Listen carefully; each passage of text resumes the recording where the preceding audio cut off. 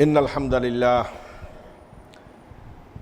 نحمده ونستعينه ونستغفره ونؤمن به ونتوكل عليه ونعوذ بالله من شرور أنفسنا ومن سيئات أعمالنا من يهده الله فلا مضل له ومن يضلل فلن تجد له وليا مرشدا وأشهد أن لا إله إلا الله وحده لا شريك له وأشهد أن محمدا عبد الله ورسوله اللهم صل وسلم وبارك على سيدنا محمد وآله وأصحابه ومن تبعهم بإحسان إلى يوم الدين ثم أما بعد فيقول الله سبحانه وتعالى أعوذ بالله من الشيطان الرجيم بسم الله الرحمن الرحيم وإذا لقوا الذين آمنوا قالوا آمنا وإذا خلوا إلى شياطينهم قالوا إنا معكم إنما نحن مستهزئون الله يستهزئ بهم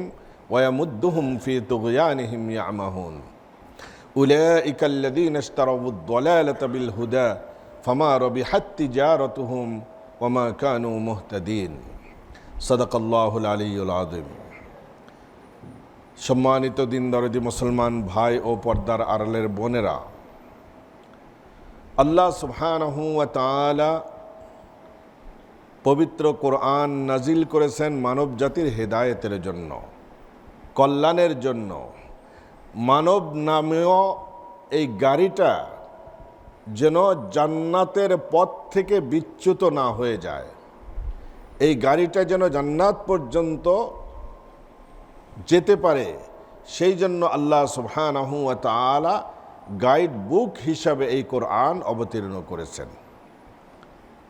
আর এই গাড়ির ড্রাইভার হিসাবে তিনি একজন অভিজ্ঞ, সাহসী, সৎ ড্রাইভারও আমাদেরকে দান করেছেন, যার নাম হলো মুহাম্মদুর রাসূলুল্লাহ সাল্লাল্লাহু আলাইহি ওয়াসাল্লাম।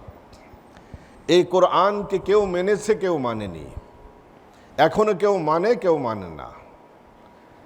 তো সূরাতুল বাকারার প্রথম দিক দিয়ে আল্লাহ সুবহানাহু ওয়া তাআলা কোরআন মান্যওয়ালা আর না মান্যওয়ালাদের তিনটা ভাগে বিভক্ত করেছেন। যারা কোরআনের বাণী শুনে, হেদায়েতের বাণী শুনে যারা হেদায়েত গ্রহণ করেছে, তাদেরকে কোরআনের পরিভাষায় মুত্তাকি বলে খেতাব দেওয়া হয়েছে, পরহেজগার বলে খেতাব দেওয়া হয়েছে, এবং তাদের গুণাবলী 5টি আয়াতে বর্ণনা করা হয়েছে। আর যারা আল্লাহ সুবহানাহু ওয়া তাআলার এই বাণীকে প্রকাশ্যে অস্বীকার করেছে, তাদেরকে কাফের বলে আখ্যায়িত করা হয়েছে। তাদের বর্ণনা 2 আয়াতে আল্লাহ পাক শেষ করে দিয়েছেন। তাহলে 5 2 7 আর 13 আয়াত, 8 নম্বর আয়াত থেকে 20 নম্বর আয়াত পর্যন্ত ওই সমস্ত অবিশ্বাসীদের আলোচনা করেছেন যারা মৌখিকভাবে ইমানের স্বীকৃতি দান করেছে, কিন্তু অন্তরে কুফরি লুকায়িত রেখেছে। এদেরকে বলা হয় কোরআনের পরিভাষায় মুনাফিক। এই মুনাফিকদের অনেকগুলো ব্যাড ক্যারেক্টার আছে। তার মধ্যে এই 10 আয়াতে আল্লাহ সুবহানাহু ওয়া তাআলা 10টি ব্যাড ক্যারেক্টারের কথা তুলে ধরেছেন, যার মাঝে অনেকগুলার আলোচনা আমাদের হয়ে গেছে। একটি ক্যারেক্টার তাদের এটা ছিল মকর, অর্থাৎ হলো ধোঁকা। তারা মানুষদেরকে সহসাই ধোঁকা দিবে, কিন্তু এই ধোঁকার পরিণতি তাদেরকে ভোগ করতে হয়, দুনিয়ার জিন্দেগিতেই তাদেরকে ভোগ করতে হয়, কিন্তু তারা বুঝে উঠতে পারে না। আজকে আল্লাহ সুবহানাহু ওয়া তাআলা তাদের একটি ধোঁকার আলোচনা করছেন। সেটি কি? এটি হলো 16 নম্বর আয়াত। ওয়াইযা লাকুল্লাযীনা আমানু ক্বালু আমান্না। মুনাফিকদের একটি অন্যতম চরিত্র হলো দ্বিমুখী চরিত্র। দেখেন, এই দুনিয়ার জিন্দেগিতেও তাদের দ্বিমুখী চরিত্র হয়। তাদেরকে দুনিয়াতেও মানুষ মুনাফিক বলেই ডাকে, যে এটা হলো মুনাফিক, এটা হলো দুমুখী নীতি। আর তো মোমেনদের সঙ্গে ওয়াইদা লাকুল্লাযীনা আমানু, যখন এই মুনাফিকরা মোমেনদের সঙ্গে মিলিত হতো, ইমানদারদের সঙ্গে মিলিত হতো, বিশ্বাসীদের সঙ্গে সাক্ষাৎ করত, ক্বালু আমান্না, তাদের ধোঁকা দেওয়ার জন্য তারা বলতো আমরা ঈমান গ্রহণ করেছি। দুনিয়ার স্বার্থের কারণে, নিজেদের সম্পদের জানমালের সিকিউরিটির জন্য তারা এই কথা বলতো। মোমেনদের সাথে এসে মোমেন শাস্ত ঈমানের দাবিদার হতো যে আমরা ঈমান গ্রহণ করেছি। ওয়াইদা খালাউ ইলা শায়াতিনহিম, খালা ইয়াখলু অর্থাৎ হলো নিরিবিলিতে কারো সঙ্গে সাক্ষাৎ করা। মানুষ যখন বাথরুমে যায়, নিরিবিলি জায়গায় যায় নাকি জনসমক্ষে যায়? সেই জন্য বাথরুমকে আরবি ভাষাতে বলা হয় বাইতুল খালা, নির্জনতার এরিয়া, নির্জনতার ঘর। তাহলে ওয়াইদা খালাও, যখন তারা নিরিবিলিতে, নিভৃতে, নির্জনে মিলিত হয়, ইলা শায়াতিনহিম, তাদের শয়তানদের সাথে।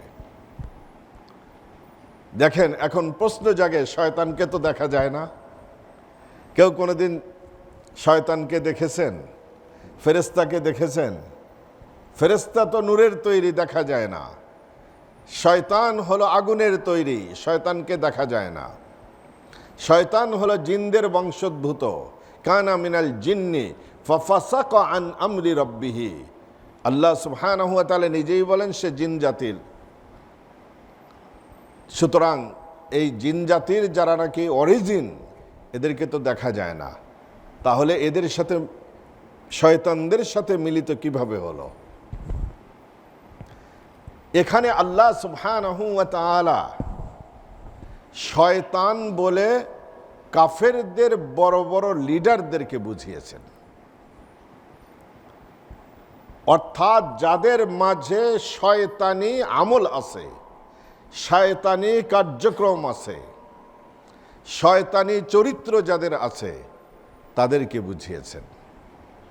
দেখুন, সাধারণ মানুষের ক্ষতি এটা ব্যাপক হয় না, কিন্তু একজন বড় লিডার যদি ভালো হয়ে থাকে, এর উপকার যেমন জনগণ এবং ব্যাপকভাবে হয়ে থাকে, ব্যাপকভাবে পেয়ে থাকে।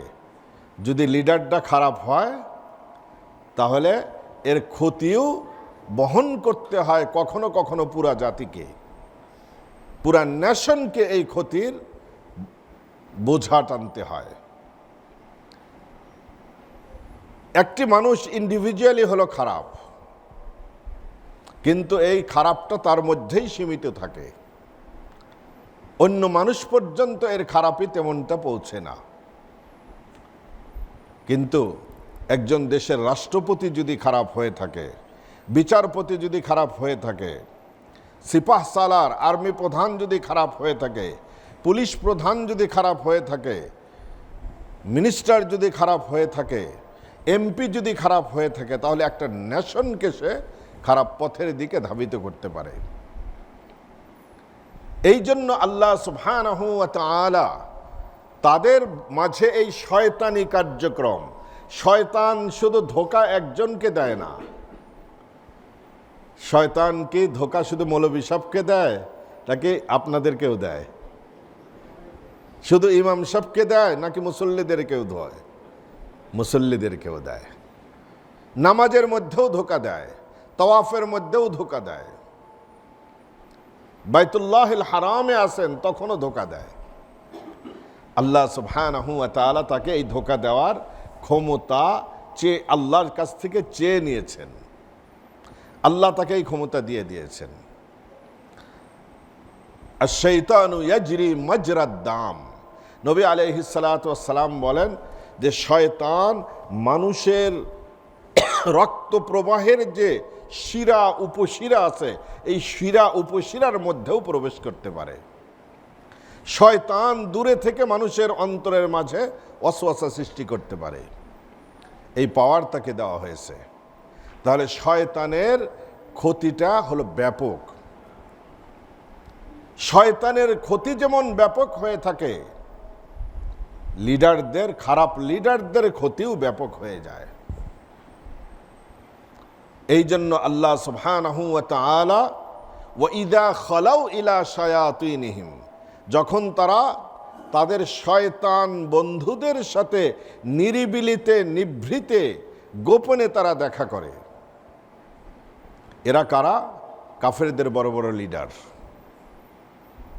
যারা নাকি ইসলামের বিরুদ্ধে আদা জল খেয়ে ইসলামের ক্ষতি সাধন করার জন্য সর্বদা পঞ্চমুখ হয়ে দাঁড়িয়ে থাকে।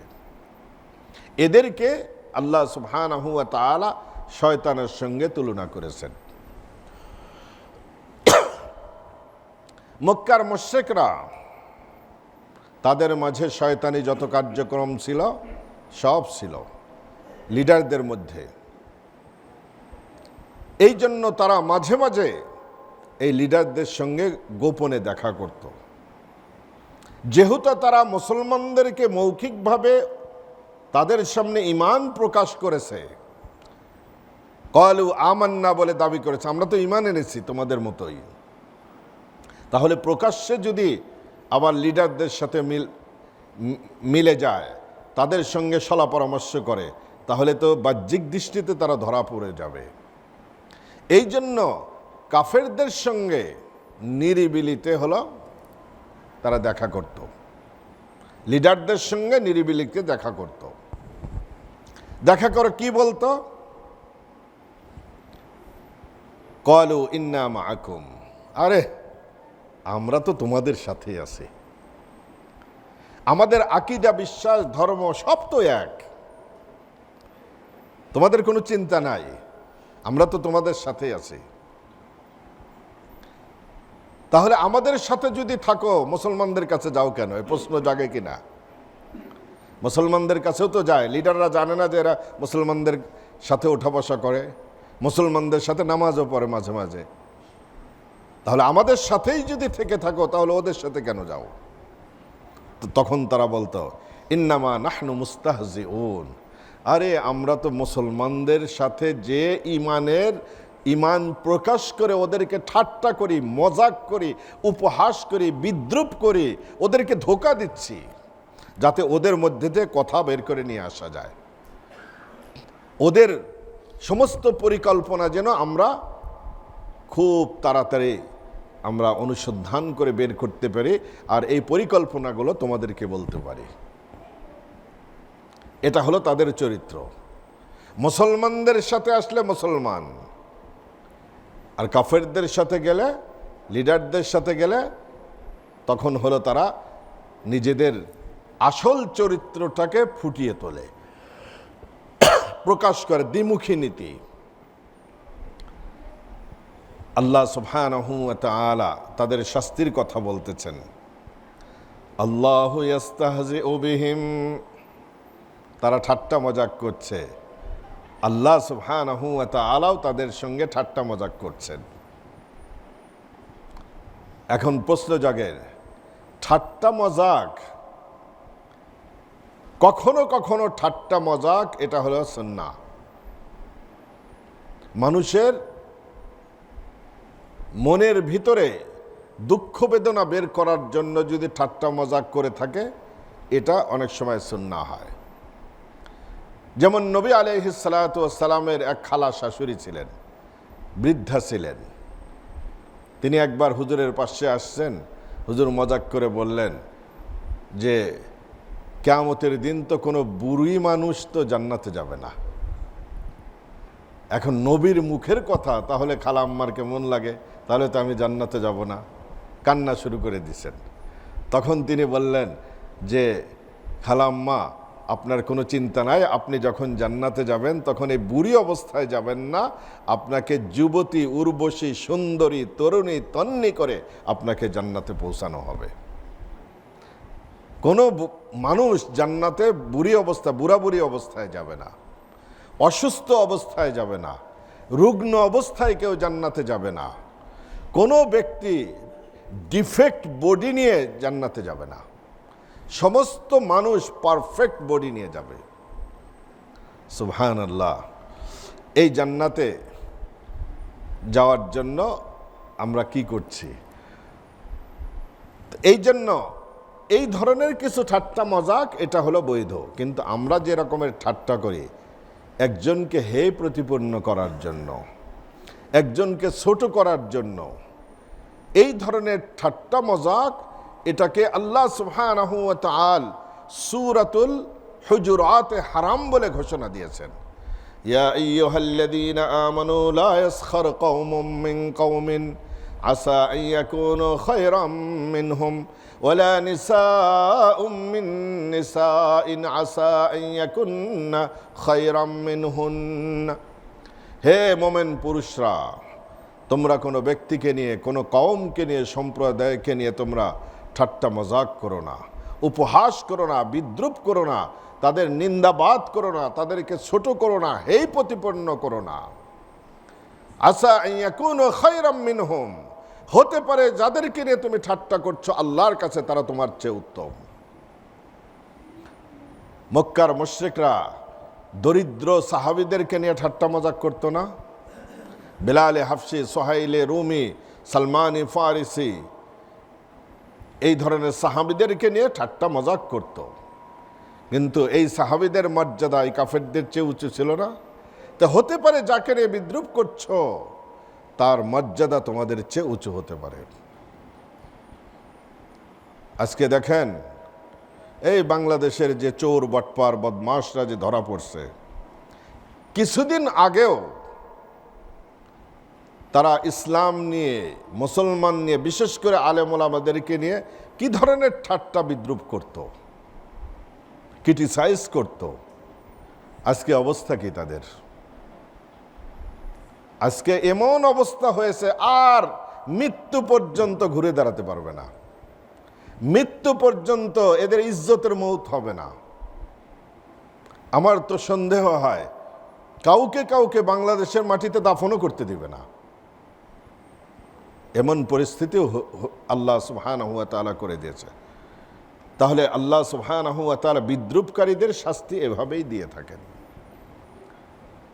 ওয়ালা নিসাউম মিন নিসাইন আসা আন ইয়াকুন্না খায়রাম মিনহুন্না, আর কোন নারী জাতি, কোন নারী যেন কোন নারী সম্প্রদায়কে অথবা নারীদেরকে বিদ্রুপ ঠাট্টা মজাক না করে, হেয় প্রতিপন্ন না করে। হতে পারে যাদেরকে তোমরা ঠাট্টা করছো তারা তোমাদের চেয়ে আল্লাহর কাছে উত্তম। তাহলে ঠাট্টা মজাক করা এটা হলো আল্লাহ নিজে হারাম করলেন। আবার আল্লাহ নিজেই বলতেছে আল্লাহু ইস্তাহজিউ বিহিম। আল্লাহ সুবহানাহু ওয়া তাআলা, কাফেররা বলতেছে, মুনাফিকরা বলতেছে, আরে আমরা তো মুসলমানদের সাথে ঠাট্টা মজাক করতেছি, উপহাস করতেছি, তাদেরকে তো বোকা বানাচ্ছি। আল্লাহ পাক বলেন যে আমি আল্লাহ তাদের সাথে ঠাট্টা করছি। তার আল্লাহ ঠাট্টা করলে কি মানায়? আল্লাহ ঠাট্টা করলে মানায় না। সব মানুষের জন্য সব জিনিস না। আপনি যখন একটা রাষ্ট্রের প্রধান হবেন তখন আপনার কথার মধ্যে ব্যালেন্স থাকা লাগবে। আপনি একটি জাতির প্রতিনিধি, আপনার একটা ন্যাশনের প্রতিনিধি, আপনি কি ফালতু কথা বলতে পারবেন? তার মুখের ব্যালেন্স থাকা লাগবে। কিন্তু একটা সাধারণ মানুষ যদি ব্যালেন্সহীন কথা বলে এটাকে কেউ মাইন্ড করবে না। এই জন্য আল্লাহ সুবহানাহু ওয়া তাআলা আহকামুল হাকিমিন, সমস্ত জাজদের জাজ, যিনি সমস্ত বাদশাদের বাদশাহ, সেই আল্লাহ কি ঠাট্টা মজাক করতে পারেন? তাহলে এখানে আল্লাহু ইস্তাহজিউ বিহিম এর অর্থ কি? ইবনে আব্বাস রাদিয়াল্লাহু তাআলা আনহু বলেছেন এটা রূপক অর্থে ব্যবহার হয়েছে। আল্লাহ সুবহানাহু ওয়া তাআলার দিকে যখন ঠাট্টা মজাকের এই ওয়ার্ড আল্লাহর দিকে নিসবত হয়, সম্পৃক্ত হয়, তখন তার অর্থ দাঁড়ায় হলো আল্লাহ ঠাট্টা মজাকের উপযুক্ত শাস্তি দান করবেন। যেমন ঈসা আলাইহিস সালাতু ওয়াস সালামের আকাশে তুলে নিয়ে যাওয়ার ঘটনা বর্ণনা করতে গিয়ে আল্লাহ বলেছেন ওমাকারু ওমাকার আল্লাহ, তারাও ষড়যন্ত্র করল ঈসাকে হত্যা করার জন্য। ওমাকার আল্লাহ, আল্লাহও ষড়যন্ত্র করল। ষড়যন্ত্র কি আল্লাহ কি ষড়যন্ত্র করতে পারেন? তারা ষড়যন্ত্র করলো। ওমাকার আল্লাহর অর্থ আল্লাহ ষড়যন্ত্র করেন নাই, আল্লাহ তাদের ষড়যন্ত্রকে বানচাল করে দিয়েছেন, ব্যর্থ করে দিয়েছেন, অকৃতকার্য করে দিয়েছেন। আয়াতের অর্থ হলো তো এখানে আল্লাহ মজাক করার অর্থ হলো তাদের এই মুসলমানদের সঙ্গে দ্বিমুখী নীতির কারণে, ঠাট্টা বিদ্রুপ করার কারণে আল্লাহ সুবহানাহু ওয়া তাআলা তাদেরকে এই ঠাট্টার উপযুক্ত শাস্তি দান করবেন। শাস্তিটা কি? সামনের আয়াতে আল্লাহ পাক বলতে, সামনের ওয়ার্ডে বলতেছেন ওয়ায়ামুদ্দুহুম ফি তুগয়ানিহিম ইয়ামাহুন, তাদেরকে আল্লাহ সুবহানাহু ওয়া তাআলা ঢিল দিয়ে দিয়েছেন। ফি তুগয়ানিহিম, তাদের দৌরাত্বের মাঝে, তাদের অপরাধের মাঝে, দৌরাত্বের মাঝে আল্লাহ ঢিল দিয়ে দিয়েছেন, রশি ধরে টান দেন না। ফি তুগয়ানিহিম ইয়ামাহুন, তারা দিশেহারা হয়ে তারা ঘুরছে, তারা টেরও পাচ্ছে না যে আল্লাহ সুবহানাহু ওয়া তাআলা এক সময় রশি ধরে টান দেবে। দেখেন হুইল বর্শি দিয়ে যখন মাছ ধরেন, তখন মাছ যখন বিটটাকে গিলে ফেলল, বর্শিতে মাছটা আটকে গেছে, বড় মাছ, এখন কি টান দিলে উঠবে? এখন তো মাছের হলো পুরা যৌবন, পুরা শক্তি, রশি টসি সব ছিঁড়ে চলে যাবে, অথবা বর্শিটাই বাঁকা হয়ে যেতে পারে। সেই জন্য আস্তে আস্তে দড়ি ঢিল দিতে হয়, রশি ঢিল দিতে হয়, রশি ঢিল দিয়ে মাছটাকে ক্লান্ত করতে হয়। যখন সে ক্লান্ত হয়ে যায় তখন আস্তে আস্তে রশিটাকে গোছাতে হয়। এইবার যদি আপনি টান দিয়ে উঠান অথবা নেট দিয়ে উঠান, মাছের আর ওই শক্তি নাই। তো আল্লাহ সুবহানাহু ওয়া তাআলা যারা মোমেনদের সঙ্গে ধোঁকাবাজি করে, বিদ্রুপ করে, ঠাট্টা করছে, তাদেরকে আল্লাহ পাক এই ঠাট্টার উপযুক্ত শাস্তি দান করবেন। কিসের মাধ্যমে?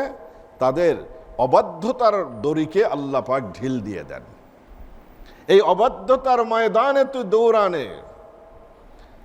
দৌড়িয়ে যখন ক্লান্ত হয়ে যাবে, এক ঝাপটাতে তোকে আমি জাহান্নাম পর্যন্ত পৌঁছে দেব। সেই জন্য একজন পাপীকে আল্লাহ সুবহানাহু ওয়া তাআলা দুনিয়াবি সবচেয়ে বড় শাস্তি দান করেন পাপের ময়দানে তাকে যদি রশি ঢিল দিয়ে দেন। কিন্তু পাপীরা এটা বুঝতে পারে না। পাপীরা মনে করে থাকে যে মাশাআল্লাহ, আমার তো দেখার কেউ নাই, আমাকে তো ধরার কেউ নাই, আমার জবাবদিহিতার কেউ নাই। কিন্তু যখন একটা সীমা লঙ্ঘনের চরমে পৌঁছে যায়, আল্লাহ সুবহানাহু ওয়া তাআলা তখন তাকে ধরে ফেলেন। তাহলে এই যে তাকে অবাধ্যতার ময়দানে তার রশিকে ঢিল দিয়ে দেওয়া, এটাই হলো তার হলো শাস্তি। দেখেন নমরুদ খোদাই দাবি করেছে, বেহেশত বানাইছে, সুবহানাল্লাহ, কত বড় পাওয়ারফুল কিং ছিল, সারা দুনিয়ার বাদশা ছিল। তৎকালীন জামানায় যতটুকু অংশে মানুষ বসবাস করেছে সবার বাদশা ছিল নমরুদ। দুনিয়া শাসন করেছে 4 জন বাদশা, 2 জন মুসলমান, 2 জন হলো কাফের। কাফেরদের মধ্যে নমরুদ আর বখতে নাসারের আলোচনা সূরাতুল ইসরা, বনি ইসরাইলের প্রথম রুকুতে আল্লাহ পাক আলোচনা করেছেন। আর মুসলমানদের মাঝে 2 জন, সুলাইমান আলাইহিস সালাতু ওয়াস সালাম এবং যুলকারনাইন, এই 2 জনকে আল্লাহ ওয়ার্ল্ড কিং বানিয়েছিলেন। তো আল্লাহ সুবহানাহু ওয়া তাআলা নমরুদকে ওয়ালকিন বানিয়েছিলেন, কিন্তু নমরুদকে ঢিল দিয়ে দিয়েছিলেন, নাফরমানির ময়দানে দৌড়াতে থাক। শেষ পর্যন্ত নমরুদকে কি অসহায়ভাবে আল্লাহ সুবহানাহু ওয়া তাআলা শাস্তি দিয়ে দুনিয়ার থেকে উঠিয়ে নিলেন। ফিরআউনের এত সুস্থতা আল্লাহ পাক দান করেছিলেন, দীর্ঘ জামানা পর্যন্ত ফিরআউনের কোনোদিন মাথা ব্যথা পর্যন্ত হয় নাই। ওয়াহাদিহিল আনহারু তাজরি মিন তাহতি, নীলের পানির জোয়ার ফিরআউনের কথায় আসতো, আবার বন্ধ হতো ফিরআউনের নির্দেশে। আল্লাহ এত দূর দিয়ে দিয়েছিলেন। শেষ পর্যন্ত এই দুরাচারী দাবি করে ফেলল, ফাকালা আনা রাব্বুকুমুল আ'লা, আমি হলাম সবচেয়ে বড় খোদা। ইয়া হামান ইবনু লি সারহাল লাআল্লি আবলুগুল আসবাব আস-সামাওয়াতি ফাত্তালিআ ইলা ইলাহি মূসা। হে হামান, তুমি এক প্রাসাদ তৈরি করো, এক টাওয়ার তৈরি করো, যার উপরে উঠে আমি উকি মেরে মুসার খোদাকে দেখতে চাই। ও ইন্নী লাআযুন্নুহু কাযিবা, আমি তো মুসাকেও বিশ্বাস করি না, তার যে একটা খোদা আছে এটাকেও বিশ্বাস করি না। সে যখন দৌরাত্মের চরমে পৌঁছে গেল, আল্লাহ সুবহানাহু ওয়া তাআলা বলেন যে এখন ধরার সময় হয়েছে। মুসাকে নির্দেশ দিলেন, বনি ইসরায়েলদেরকে নিয়ে পালাও, প্যালেস্টাইনের দিকে ফিরে যাও। বনি ইসরায়েলরা আগের দিন ফিরআউনদের কিপ্তিদের বাড়ি ঘরে মহিলারা কাজ করত। যাক বলছে যে খালাম্মা আমরা একটু বেড়াতে যাব, আপনার হাটটা একটু দেন না, একটু চুরিটা দেন না, এরকম অলংকারও তারা ঋণ নিয়েছে। পরের দিন সকালে উঠে দেখে যে সব ভেগে চলে গেছে। এরপরে ফিরআউন পিছে ধাওয়া করল, সামনে সাগর, পিছনে হলো ফিরআউনের ৭০,০০০ সোলজার। মুসা হলো মুসলমানরা নিরস্ত্র, আর তারা হলো সশস্ত্র। কি একটা ক্রিটিক্যাল অবস্থা। তখন তারা বলল, ইন্না লামুদরাকুন, হে মুসা, দাস ছিলাম, গোলাম ছিলাম, কিন্তু জীবনটা তো আসিল, এখন তুমি কোন বিপদে আমাদেরকে ঠেলে দিলে, এখন তো জীবনও যাবে, আমরা তো ধরা পড়ে গেছি। মুসা আলাইহিস সালাতু ওয়াস সালাম তো আল্লাহর নির্দেশে বের হয়েছেন, আর কেউ না বুঝলেও তো মুসা আলাইহিস সালাম বোঝেন পরিণতি কি হবে। তিনি বললেন, ক্বালা কাল্লা, এটা ইম্পসিবল, ইন্নামা ইয়া রাব্বি সায়াহদিন, আমার রবের সাহায্য আমার উপর আছে, তিনি আমাকে রাস্তা দেখাবেন। আল্লাহ সুবহানাহু ওয়া তাআলা নির্দেশ, আনিদ্রিব্বি আসাকাল বাহার, তোমার লাঠি দিয়ে সাগরে আঘাত করো।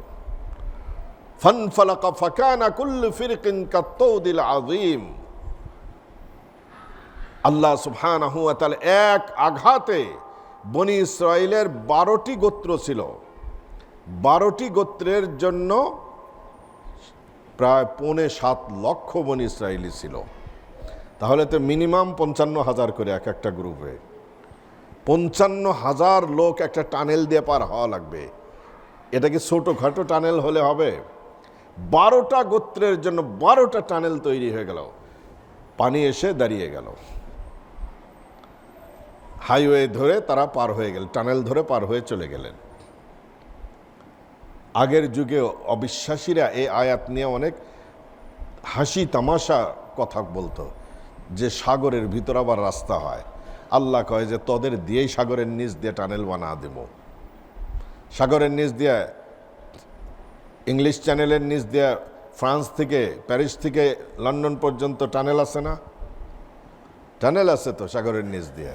এখন দুবাই চিন্তা ভাবনা করছে যে মুম্বাই থেকে দুবাই পর্যন্ত তারা হলো টানেল করার জন্য সাগরের নিচ দিয়ে। তো দেখেন, মানুষের আর ওই কোরআনের এই আয়াতের উপর আর তারা অবিশ্বাস করার কোনো উপায় নাই, সংশয় করার কোনো উপায় নেই। আল্লাহ সুবহানাহু ওয়া তাআলা তাকে ধ্বংস করে দিল। আল্লাহ সুবহানাহু ওয়া তাআলা তাদেরকে ঢিল দেন। সমকালীন যুগে যে সমস্ত স্বৈরাচাররা দুনিয়ায় পতন হয়েছে প্রত্যেকেই দীর্ঘদিন পর্যন্ত জনগণের উপর কঠিন জুলুমের স্টিম রোলার চালিয়েছে। সাদ্দাম হোসেন থেকে শুরু করেন, গাদ্দাফি, হোসনি মোবারক, এই ধরনের শেখ হাসিনা, এগুলো যতগুলো এই জালেম স্বৈরাচার দুনিয়ার থেকে গেছে, জুলুমের স্টিম রোলার চালিয়েছে। এরা ফেরাউনের চেয়ে, শেখ হাসিনা তো ফেরাউনের চেয়ে হলো বড় জালেম। ফেরাউনও মনে হয় যে আয়না ঘর করে নাই, কিন্তু এই লেডি ফেরাউন এর চেয়ে বড় কিছু করেছে। এতটুকু তো জানা গেছে, অজানা আরো কত কিছু আছে, সেটাকে আর বিদ্রুপ করে রাতের আধারে নিরস্ত্র হেফাজতের কর্মীরা, গ্রামগঞ্জের সাধারণ মাদ্রাসার ছাত্র, মোল্লা মুসল্লিরা, তারা আল্লাহর রসুলের ইজ্জতের খাতিরে তারা সেদিন রাতে সেখানে শাপলা চত্বর একত্রিত হয়েছিল। তারা তো রাষ্ট্র দখল করতে আসছিল না, তারা কাউকে ক্ষমতার থেকে নামানোর জন্য আসে নাই। ব্লগাররা আল্লাহর রসুলের বিরুদ্ধে হলো অশালীন কথাবার্তা লিখেছে, অশালীন মন্তব্য করেছে, সেটিকে প্রতিহত করার জন্য, জাতির উপর থেকে আল্লাহর আযাবকে হটানোর জন্য এই সাধারণ মানুষগুলো আসছিল। কুমিল্লার থেকে পায়ে হেঁটে মানুষ আসছে। সুবহানাল্লাহ। এরা তো কারোর সাথে যুদ্ধ করতে চায় নাই, কারো ক্ষমতাও নিতে চায় নাই। এই নিরস্ত্র মানুষগুলোর উপর কিভাবে হলো গুলি চালিয়েছে। আর এই লেডি ফেরাউন সংসদের মতো পবিত্র জায়গায় দাঁড়িয়ে বলেছে মোল্লারা হলো গায়ের মধ্যে রং দিয়ে, লাল রং দিয়ে হলো সেখানে হলো শুয়েছিল। গতকালকে আপনারা একটা ভিডিও দেখেন নাই? গতকালকে একটা নতুন ভিডিও আসছে, সেই হেফাজতের সেই রাতের ঘটনা। শুধুমাত্র বাংলাদেশ ব্যাংকের এই এরিয়াতেই, এই এক পয়েন্টে 3000 মানুষকে সে রাতে শহীদ করা হয়েছে। এই ভিডিও আপনারা চোখে দেখতে পারবেন না। ফিরআউন তো শুধু বাচ্চাদেরকে মেরেছে, তাও মেয়ে বাচ্চাদেরকে মারে নাই। আর এই লেডি ফিরআউন বুড়াকে মেরেছে, জুয়ানকে মেরেছে, মহিলাকে মেরেছে, ছেলেকে মেরেছে। একজনের অপরাধে আরেকজনকে সারা জীবনের জন্য পঙ্গু করে দিয়েছে। এই ফেরাউনকে আল্লাহ, লেডি ফেরাউনকে আল্লাহ 15 বছর ঢিল দিয়ে রাখছিলেন। মানুষ অধৈর্য হয়ে যাচ্ছিল। দেখেন, মানুষ অধৈর্য হওয়াটাই স্বাভাবিক। যখন খন্দকের যুদ্ধের পরীক্ষা খনন হচ্ছিল, তখন সাহাবায়ে কেরাম অবালাগাতিল কুলুবুল হানাজিরা ওয়া তাযুন্নুনা বিল্লাহি যুনুনা, তাদের জীবন কণ্ঠনালীতে এসে গিয়েছিল এবং আল্লাহ সম্পর্কে তাদের বিরূপ ধারণা, বিভিন্ন কোশ্চিন তাদের অন্তরে জাগ্রত হয়েছিল। মাতা নাসরুল্লাহ, আর কবে সাহায্য আসবে? এই 15 বৎসর প্রত্যেকটা দিনদার, পরহেজগার, প্রত্যেকটা নাগরিকের অন্তরের মাঝে এই প্রশ্ন হচ্ছিল, আল্লাহ সাহায্য আর কবে আসবে? মনে হয় আর আসবে না, এভাবেই আমাদের জীবন যাবে। কিন্তু একটা কথা আছে, আল্লাহর মার দুনিয়ার বার। আল্লাহ সুবহানাহু ওয়া তাআলা যে প্ল্যান করেন, সেই প্ল্যান কাউকে বুঝতে দেন নাই। দেখেন, তার ক্ষমতাকে সুরক্ষিত করার জন্য নিজের আত্মীয়কে সেনাপ্রধান বানাইল, অনেককে ডিঙ্গা। আল্লাহ বলে যে ওর হাতেই তোর পতন ঘটাবো। তাও কি পতন? টাইম দেয় নাই, 1 ঘন্টাও টাইম দেয় নাই যে 45 মিনিটের মধ্যে তোকে দেশ ছাড়া লাগবে। এই লোকের জন্য দোয়া করেন, আল্লাহ সুবহানাহু ওয়া তাআলা তাকে যেন হায়াতে তাইয়্যিবা দান করেন এবং এই মানুষটাকে যেন আল্লাহ পাক সত্যের উপর, ইনসাফের উপর যেন প্রতিষ্ঠিত রাখে। লোকটা নামাজি, লোকটা হলো ছোটবেলার থেকে নামাজ কাজা করে না, লোকটার মধ্যে আল্লাহ রসুলের ভয় আছে, লোকটা সৎ, সে দুশ্চরিত্রবান না, সৎ মানুষ, কিন্তু ওই চেয়ারটা এমন চেয়ার, সৎ মানুষ অনেক সময় অসৎ হয়ে যায়। আল্লাহ যেন তাকে যেন সতের ইনসাফের উপর আল্লাহ যেন বাঁচিয়ে রাখেন। আমাদের জাতিকে একটি বিরাট দুরবস্থার থেকে এই লোকটা হলো জাতিকে হলো মুক্তি দিয়েছেন। আপনারা কি মনে করেন সেনাপ্রধান যদি বেঁকে বসতেন, জীবনে ওই লেডি ফেরাউনকে নামাতে পারতেন না?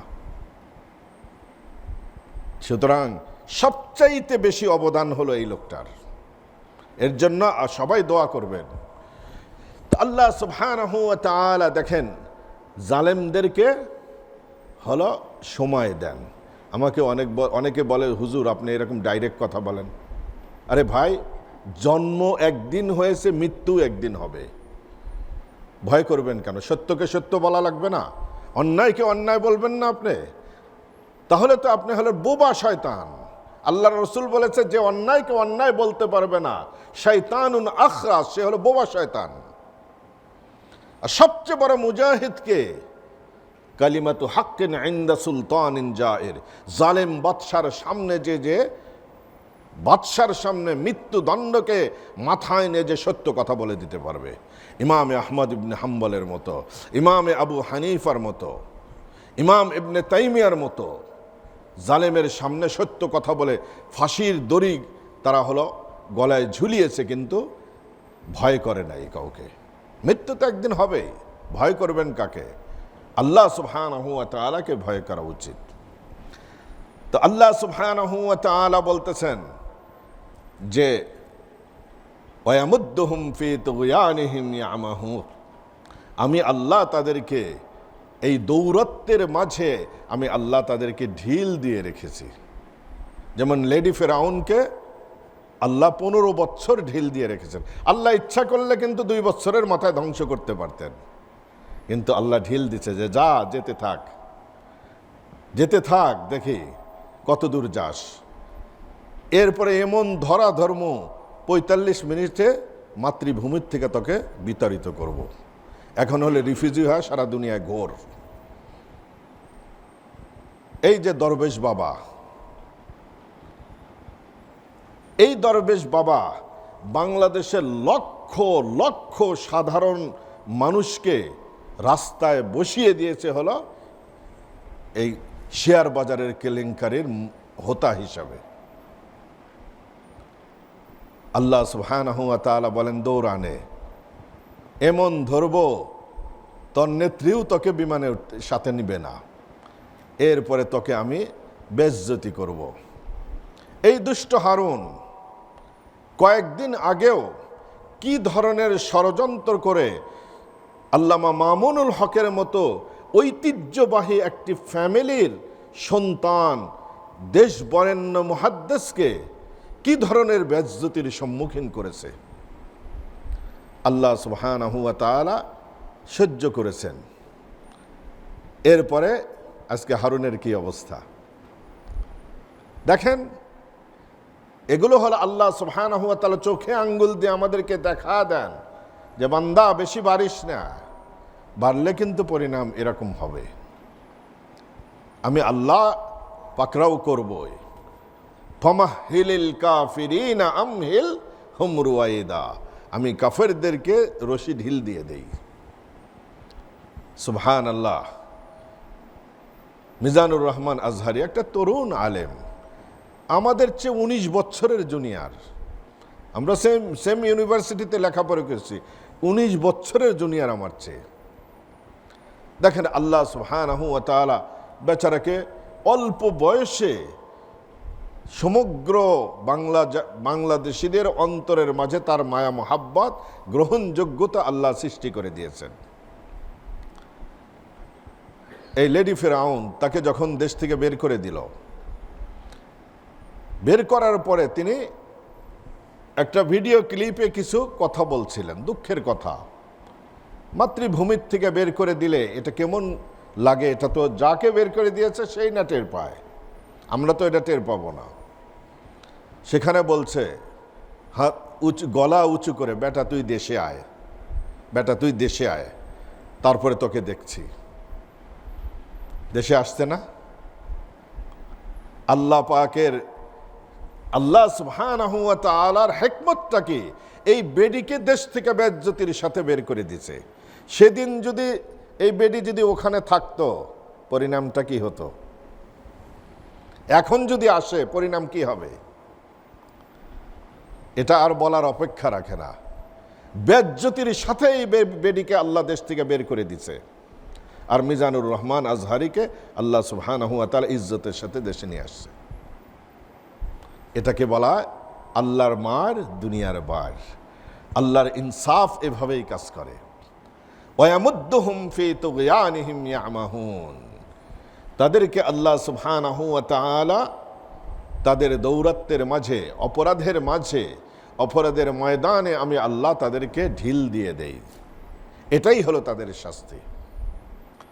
কাউকে যদি আল্লাহ সুবহানাহু ওয়া তাআলা অপরাধী বানিয়ে তাকে যদি অপরাধের ঢিল দিয়ে দেন, তাহলে বোঝা লাগবে যে পরিণাম বড় খারাপ হবে। এই জন্য তারা বলছে ওয়াইদা লাকুল্লাযীনা আমানু ক্বালু আমান্না, যখন মোমেনদের সঙ্গে সাক্ষাৎ হয় বলে আমরা তো ঈমান এনেছি, আমরা তো পাক্কা মুসলমান। ওয়াইদা খালাউ ইলা শায়াতিনহিম, যখন নির্বিলিতে নিভৃতে তাদের শয়তানদের সাথে অর্থাৎ লিডারদের সাথে একত্রিত হয়, ক্বালু ইন্না মাআকুম, আমরা তো তোমাদের সাথেই আছে, তোমাদের ধর্মে বিশ্বাসেই আছে, তোমাদের কর্মে পন্থার উপরেই আছে, তাহলে তোমরা যাও কেন, মুসলমানদের কাছে যাও কেন? ইন্নামা নাহনু মুস্তাহজিউন, আমরা তো তাদেরকে বোকা বানাই, তাদের সঙ্গে উপহাস করি, ঠাট্টা করি, বিদ্রুপ করার জন্য আমরা মুসলমান সাজি। আল্লাহু ইস্তাহজিউ বিহিম, আল্লাহ সুবহানাহু ওয়া তাআলা তাদের এই উপহাসের বড় বিনিময় দান করবেন। কিভাবে? ওয়ায়ামুদ্দুহুম ফি তুগয়ানিহিম ইয়ামাহুন, তাদের দৌরাত্বের ময়দানে আল্লাহ পাক ঢিল দিয়ে দিবেন, যেন তারা দিশেহারা হয়ে ঘুরতে থাকুক। এরপরে আমি আল্লাহ সুবহানাহু ওয়া তাআলা তাদেরকে পাকড়াও করব। তাহলে এরা কিন্তু পূর্ব থেকেই কাফের ছিল, অন্তরের মধ্যে কুফরি ছিল। নবী আলাইহিস সালাম আসার আগেই এই কোরআনে এখানে যে আলোচনা হচ্ছে, এই মুনাফিক বলতে আহলে কিতাবদের মুনাফিককে বলা হয়েছে। কারণ তৎকালীন যুগে আহলে কিতাবরা ছাড়া আর মুনাফিক ছিল না, হয় মুশরিক ছিল, কাফের ছিল, অথবা আহলে কিতাবের মধ্য থেকে কেউ কেউ মুনাফিক ছিল। আল্লাহ সুবহানাহু ওয়া তাআলা তাদের এই ঘটনাকে, অন্তরে আগের থেকেই কুফরি ছিল, এরপরে তাদের সামনে মুসলমানরা আসার পরে ইসলাম সূর্যের মতো তাদের সামনে উদ্ভাসিত হয়েছিল। তাহলে ইসলামও তাদের সামনে আছে, ইসলামও তারা দেখেছে, ইসলামের সহ্য বীর্য তারা বুঝতে শুরু করেছে, ইসলামের সততা তারা দেখেছে, নিষ্ঠা দেখেছে, ইসলামের ইবাদত তারা দেখে। মুসলমানদের সাথে তো নামাজ পড়তে যায় এরা, মুসলমানদের সব কিছু তারা জানে, কিন্তু দেখা সত্ত্বেও, জানা সত্ত্বেও, বোঝা সত্ত্বেও তারা সেই পূর্বের কুফরি ছাড়তে পারে না। অন্তরের মাঝে যেটা বদ্ধমূল হয়ে বসে গেছে, এই অপরাধটাকে আল্লাহ সুবহানাহু ওয়া তাআলা একটা তাদের বিজনেসের সাথে তুলনা করেছেন। দেখেন, একজন বিজনেসম্যান সে যদি লোহা দিয়ে সে স্বর্ণ বিক্রি করে লোহা কিনে নিয়ে আসলো, 1 মণ লোহা দিয়ে, 1 মণ স্বর্ণ দিয়ে 1 মণ লোহা কিনে নিয়ে আসলো, 1 মণ তামা কিনে নিয়ে আসলো, তাহলে আপনারা কি বুদ্ধিমান ব্যবসায়ী বলবেন নাকি বেকুব ব্যবসায়ী বলবেন? এই ব্যবসায় তার কোনো লাভ হবে? লাভ হবে না। অনুরূপভাবে ভালো জিনিস বিক্রি করে সে হলো খারাপ জিনিস কিনে নিয়ে আসলো, সেই ব্যবসায় সে লাভবান হয়েছে? তাহলে এরা হেদায়েতের বিনিময়ে হেদায়েতকে বিক্রি করল কুফরির দ্বারা। হেদায়েত হলো জান্নাতে নেওয়ার মাধ্যম, স্বর্ণ, এই স্বর্ণকে বিক্রি করলো কিসের দ্বারা? কুফরির দ্বারা। সুবহানাল্লাহ। তাহলে এই ব্যবসায় তারা লাভবান হলো না ক্ষতিগ্রস্ত হলো? ক্ষতিগ্রস্ত হলো। আল্লাহ পাক এটাই বলতেছেন সামনের আয়াতে, উলাইকা আল্লাযীনা ইশতারাউদ দালালাতা বিল হুদা, এরাই হলো ওই সমস্ত লোক যারা হেদায়েতের বিনিময়ে গোমরাহি খরিদ করেছে। হেদায়েতের পরিবর্তে গোমরাহি খরিদ করেছে। হেদায়েতকে পণ্যর সাথে তুলনা করা হয়েছে, আর এই পণ্য হেদায়েতকে টাকার সঙ্গে তুলনা করা হয়েছে, কারেন্সির সঙ্গে তুলনা করা হয়েছে, আর কুফরিকে পণ্য হিসাবে না বর্ণনা করা হয়েছে এখানে। অর্থাৎ হলো হেদায়েতের মতো মূল্যবান সম্পদ দিয়ে কুফরির মতো নাপাক জিনিস তারা খরিদ করে নিয়ে আসতেছে। তাদের সামনে দুইটাই ছিল, ইমানও ছিল, ইমান দেখেছে তো ওরা, আবার কুফরি তো আগের থেকেই আছে, কিন্তু গ্রহণ করেছে হলো কুফরিকেই। তাহলে হেদায়েত দিয়ে তারা কুফরি কিনেছে। আল্লাহ পাক বলতে ফামা রাবিহাত তিজারাতুহুম, তাদের এই ব্যবসায় তারা লাভবান হতে পারেনি। ওমা কানু মুহতাদিন, আর তারা যেহেতু কুফরি অন্তরে রোপণ করেছে এবং নিফাক অন্তরে রোপণ করেছে, এই জন্য তারা হেদায়েত রাস্তাও পায় নাই, সঠিক পথও তারা সঠিক পথের সন্ধানও পায়নি। এরপরে মাসালুহুম কামাসালিল্লাযী ইসতাওকাদা নারা, এই আয়াত থেকে আল্লাহ সুবহানাহু ওয়া তাআলা মুনাফিকদের এই নিফাকের দুটি দৃষ্টান্ত দিয়েছেন। দুই ধরনের মুনাফিক ছিল। কিছু কিছু মুনাফিক যাদের অন্তরের মাঝে একেবারে নিফাক আর মুনাফিকি আর কুফরি বদ্ধমূল হয়ে আগের থেকেই বসে আছে, ইসলাম আসার পরে সেই কুফরি আরো বদ্ধমূল হয়েছে, এরা এক ধরনের মুনাফিক। সামনের আয়াতে তাদের দৃষ্টান্ত দিয়েছেন আল্লাহ। এর পরের আয়াতে 20 নম্বর আয়াতে গিয়ে কিছু কিছু মুনাফিক এমন ছিল যারা ইসলামের সহ্যবীর্য, ইসলামের উন্নতি, ইসলামের সততা, ইসলামের নিষ্ঠা, এগুলো দেখে কখনো কখনো একেবারে মুসলমান হয়ে যাওয়ার ইচ্ছা হতো তাদের। তারা মুসলমান হওয়ার জন্য রেডি হয়ে যেত, কিন্তু দুনিয়াবি স্বার্থ যখন সামনে এসে যেত, এই দুনিয়াবি স্বার্থ তাদের ইমানের জন্য প্রতিবন্ধকতা হয়ে যেত। দুনিয়াবি স্বার্থের কারণে তারা ইসলামকে সত্য জেনেও গ্রহণ করতে পারে নাই। তাদের একটা দৃষ্টান্ত আল্লাহ সুবহানাহু ওয়া তাআলা সামনের আয়াতে দিয়েছেন। দিয়ে আল্লাহ সুবহানাহু ওয়া তাআলা এই মুনাফিকদের আলোচনাকে তিনি শেষ করে দিয়েছেন। তো এই দৃষ্টান্তটা একটু লম্বা, দুটি দৃষ্টান্ত একটু লম্বা এবং একটু জটিল, এই জন্য ইনশাআল্লাহ এই দৃষ্টান্ত দুটি আমরা সামনের তাফসীরে আলোচনা করব। মুনাফিক কয় প্রকার, এই লাস্টের কথাটা মনে রাখবেন আপনারা। কয় প্রকারের মুনাফিক? দুই প্রকারের। এক প্রকারের মুনাফিক যাদের অন্তরে আগের থেকেই ইসলাম বিদ্বেষ এবং কুফরি একেবারে জেকে বসে আছে, এরা কোনো কোশ্চিন কালেও ইসলাম গ্রহণ করার জন্য তারা মনস্থ করেনি, তারা কোনো সিদ্ধান্ত নেয়নি, শুধু বাহ্যিক দৃষ্টিতে দুনিয়াবি স্বার্থ উদ্ধার করার জন্য মৌখিকভাবে তারা ইসলামের স্বীকৃতি দিয়েছে। প্রথম আয়াতে তাদের দৃষ্টান্ত। আর এক ধরনের মুনাফিক ছিল যারা নাকি কনফিউজ হয়ে গেছে, অর্থাৎ তাদের অন্তরে ইসলামের সহ্যবীর্য দেখে কখনো কখনো একদম সলিডভাবে ইসলাম গ্রহণ করার মানসিকতা জাগ্রত হতো, কিন্তু দুনিয়াবি স্বার্থ যখন অন্তরায় হয়ে যেত, এই স্বার্থের জন্য তারা ঈমান গ্রহণ করতে পারত না। এই জন্য আল্লাহ পাক তাদের জন্য আরেকটা দৃষ্টান্ত দিয়েছেন আলাদা করে। আগামী সপ্তাহে এই দুই দলের এই দৃষ্টান্ত আলোচনা করব। আল্লাহ সুবহানাহু ওয়া তাআলা আমাদেরকে বোঝার, আমল করার তৌফিক দান করেন। ভাইরা, বোনরা, দুনিয়ার জিন্দেগিটা একদম সংক্ষিপ্ত। দুনিয়ার জিন্দেগি নাথিং। এই জিন্দেগির 2 পয়সার কোনো দাম নাই।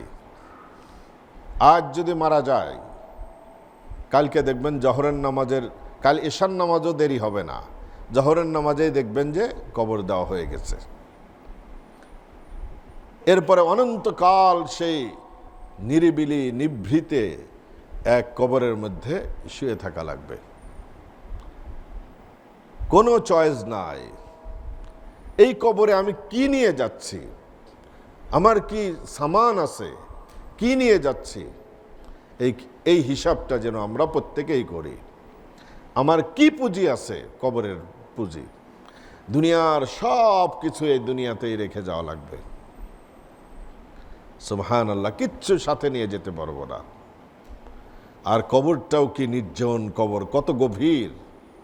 আর এদেশের মাটি দেওয়ার সিস্টেমটাও তো একটা ভয়াবহ না? আমাদের দেশে তো কবরের মাঝে আর লাশের মাঝে কিছুটা গ্যাপ থাকে, এখানে তো গ্যাপ গুপ নাই। চিন্তা করেন তো, ওই রকম একটা জায়গায় যদি আপনাকে মিলিয়নস অফ বৎসর থাকা লাগে, সুবহানাল্লাহ, আমরা কেউ চিন্তা করে দেখি এটা? সেই জন্য হুজুর বলেন, আকসিরু যিকরা হাযিমিল লাযযাত, বেশি বেশি করে মৌতের কথা স্মরণ করো, তাহলে জীবনের হিসাব নিকাশ হয়ে যাবে।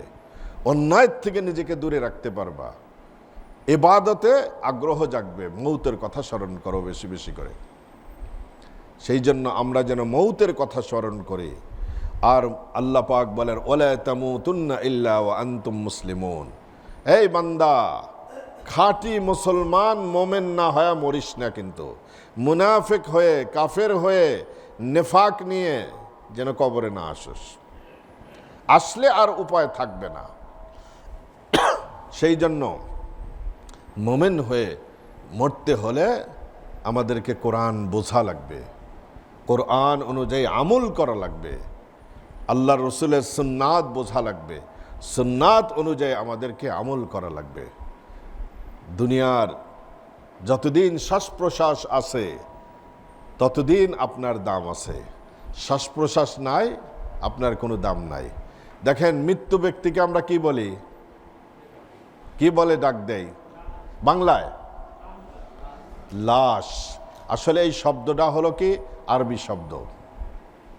এই শব্দটা আসছে হলো লা শাইআ, যেটাকে ইংরেজিতে তর্জমা করলো নাথিং। কারণ হলো কি, এতদিন না আপনি প্রেসিডেন্ট ছিলেন, এতদিন না আপনি মন্ত্রী ছিলেন, এতদিন না আপনি এমপি ছিলেন, এতদিন না আপনি হলো মসজিদের খতিব ছিলেন, এতদিন না আপনি হলো বড় আলেম ছিলেন, এতদিন না আপনি বড় বক্তা ছিলেন, এতদিন না আপনি বড় ইঞ্জিনিয়ার ছিলেন। কিন্তু আজকে কেউ ডাকে না। ইঞ্জিনিয়ার সাহেব, ইমাম সাহেব, খতিব সাহেব যাচ্ছে, প্রেসিডেন্ট সাহেব যাচ্ছে, কি বলে? লাশ যাচ্ছে। মানে দুনিয়ার সমস্ত ডিগ্রি সব শেষ, সমস্ত মালিকানা নিঃশেষ। সবচাইতে গভীর সম্পর্ক হলো স্ত্রীর সাথে, সে স্ত্রীও এখন থেকে তালাক। স্ত্রী যদি তালাক না হতো, বিয়ে যদি বিচ্ছেদ না হতো, ওই বেডি আর অন্য কারো কাছে বিয়ে বসতে পারে? বলেন, একজন মানুষ মারা গেলে তার স্ত্রী 4 মাস 10 দিনের ইদ্যত পার করে অন্য পুরুষের সাথে বিয়ে বসতে পারে না? তাহলে সে যদি আগের স্বামীর সাথে যদি তার বৈবাহিক সম্পর্ক থাকে, তাহলে অন্য পুরুষের সাথে বিয়ে বসতে কেন পারে? মৃত্যুর সাথে সাথে হলো তাদের বৈবাহিক সম্পর্ক ফিনিশ। 50 বৎসর এক আমব্রেলার তরে দুজন বাস করলাম, এক ছায়ার নিচে বাস করলাম, আজকে দেখেন সেই সম্পর্ক ছিন্ন হয়ে গেছে। মৃত্যু হলো এমন জিনিস, সমস্ত মালিকানাকে মিনিটের ভিতর নিঃশেষ করে দেয়। সমস্ত ডিগ্রি খতম, সমস্ত পজিশন শেষ, সমস্ত সম্পর্ক শেষ আজকে। সেই জন্য লা শাইআ, লাশ হয়া মানে কিচ্ছু না, আর কিচ্ছু না হয়ে কবরে যাচ্ছি। দুনিয়ায় যেমনে কিচ্ছু না হয়ে আসছিলাম ওইভাবেই কবরে যাচ্ছি। এই জন্য ভাইরা, পায়ে হাত দিয়ে জোর করে বলি, বোনরা পায়ে হাত দিয়ে জোর করে বলি, আমলি জিন্দেগি গঠন করেন। যে কোনো সময় মৌত এসে যাবে। আর কতদিন এই দুনিয়ার ঘোরের ভিতর আমরা থাকব? এই গোলক ধাঁধার পিছনে আর কত ঘুরব? এই জন্য আখেরাতের বাড়িটা আমরা সুন্দর করি। আমরা 5 ওয়াক্ত নামাজ ঠিক মতো পড়ি, কোরআন তেলাওয়াত করি, জিকির ফিকিরে থাকি, মানুষের উপকার করি, উপকার করতে না পারলেও কারো ক্ষতি না করি, সদা সর্বদা সত্য বলি, হালালের উপর চলার চেষ্টা করি, মিল মোহাব্বতের সাথে দুনিয়ায় থাকার চেষ্টা করি। কারোর সঙ্গে দ্বন্দ্ব ফাসাদ, মারামারি, হানাহানি, মনোমালিন্য, গীবত, শিকায়েত, পরনিন্দা, এ সমস্ত খারাপ অভ্যাস যদি থেকে থাকে, আমি আল্লাহর কাছে তওবা করি, তওবা করে খাঁটি মোমেন হওয়ার চেষ্টা করি। আল্লাহ সুবহানাহু ওয়া তাআলা আমাদেরকে যেন খাঁটি মোমেন হয়ে কবরে যাওয়ার তৌফিক দান করেন। ইনশাআল্লাহ আগামী সপ্তাহে সবাই আসবেন তো?